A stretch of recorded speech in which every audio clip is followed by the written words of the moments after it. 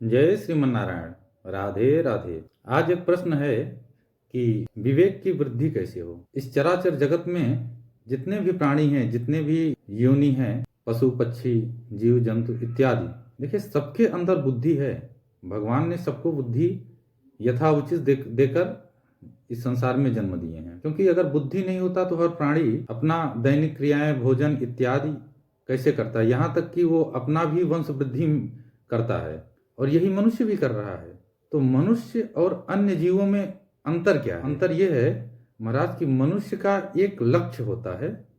वो लक्ष्य होता है कि भगवत प्राप्ति, ये मनुष्य का परम लक्ष्य है। इसको प्राप्त करने के लिए विवेक की आवश्यकता पड़ती है, इसलिए मनुष्य को विवेकशील प्राणी कहा गया है। तो ये विवेक की महाराज वृद्धि कैसे हो, तो श्रीमद् भागवत जी में एक बहुत सुंदर श्लोक है। भाग्योदयेन बहुजन्म समर्जितेन सत्संगम च लभते पुरुषो यदा वै अज्ञान हेतु कृत मोह मदांधकारनाशम विधाय ही तद उदयते विवेक।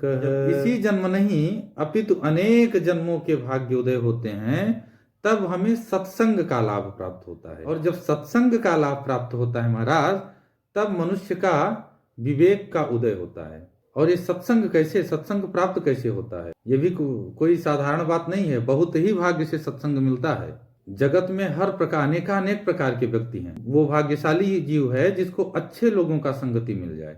सत्संगति का तात्पर्य नहीं कि सिर्फ साधु संतों का ही संगति हो, वो तो अच्छी बात है, परंतु समाज में भी बहुत अच्छे अच्छे लोग हैं, उनका भी जीवन में जब प्रवेश हो गया तो जीवन बदल जाता है। इसी बात को गोस्वामी जी बहुत सुंदर मानस जी में उल्लेख किए हैं। बिनु सत्संग विवेक न होई, राम कृपा बिनु सुलभ न सोई।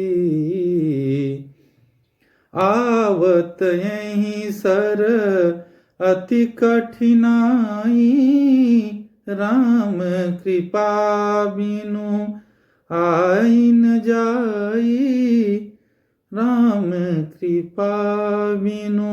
तो महाराज यह तभी संभव है सत्संग जब भगवान की कृपा हो।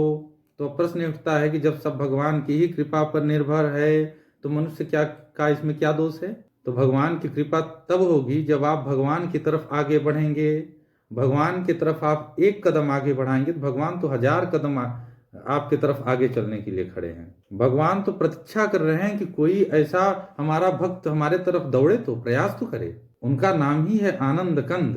तो ऐसे श्रीमन नारायण के चरणों में हम बार बार प्रणाम करते हैं। भगवान की कृपा तभी होगी जब हम भगवान नाम का आश्रय लेंगे। परम धर्म क्या है? मनुष्य का परम धर्म ये है कि भगवान के श्री चरणों में अपने आप को निवेदित कर देना, और किसी भी लोभ लालच से नहीं। यहाँ तक कि कहा गया है महाराज कि हमको मोक्ष तक का भी परवाह न हो।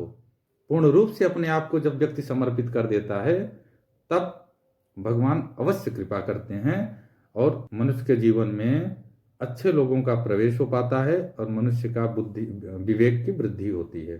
जय जय श्री सीताराम।